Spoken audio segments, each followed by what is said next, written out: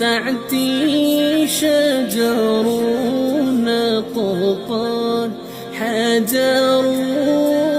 شق القمر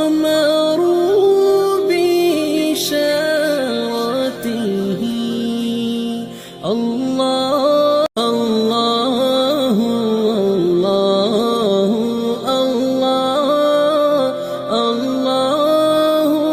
الله الله الله سعتي شجر نطقت حجر شق القمر بإشارته